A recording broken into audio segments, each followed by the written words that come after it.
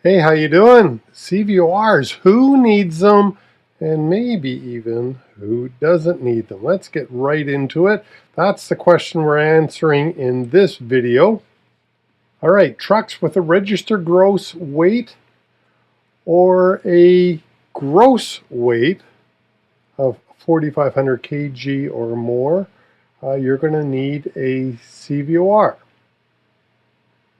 Right? Buses with a capacity of 10 passengers or more, you will need a CVOR, and tow trucks. All tow trucks, regardless of their gross weight or registered gross weight, you need a CVOR.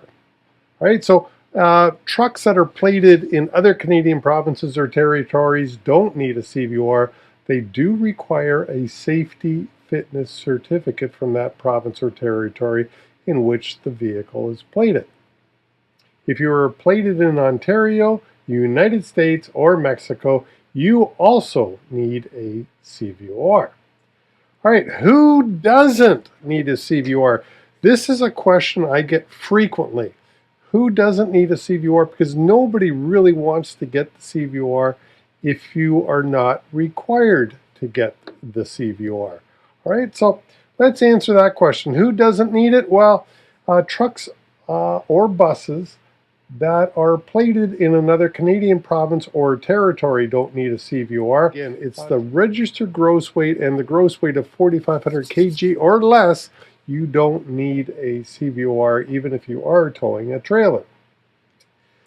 Trucks or buses leased by an individual for 30 days or less to move personal goods or to carry passengers at no fare or for no money. So that you don't need a CVOR. And of course, ambulances, fire trucks, hearses, or casket wagons. Yes, if you drive a casket wagon, you also don't need a CVOR. Unladen trucks or buses that are operating under the authority of a dealer plate or an in-transit permit they don't need a CVOR.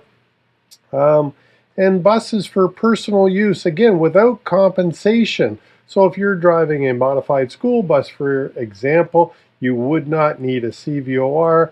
And motorhomes used for personal purposes, yeah, you're not going to need a CVOR either. And lastly, pickup trucks.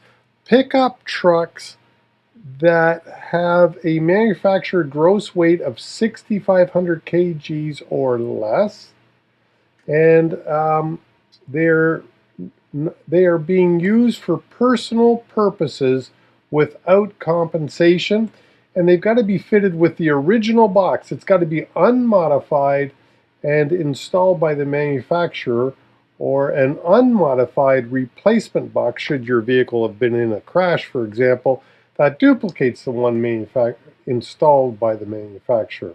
Right? And lastly, you are not carrying or towing a trailer carrying commercial goods or tools or equipment of any type normally used for commercial purposes.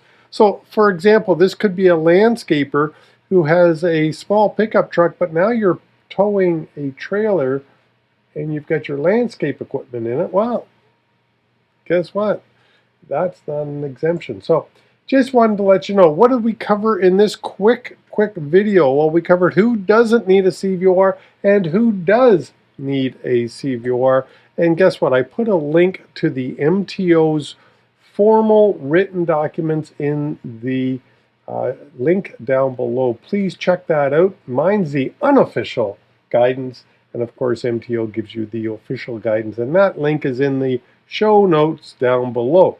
All right, so that's it. I'm Chris, Safety Dog. If you need more help with your CVOR, you can always reach out to me, chris@safetydog.com. I'll put that in the show notes down below as well.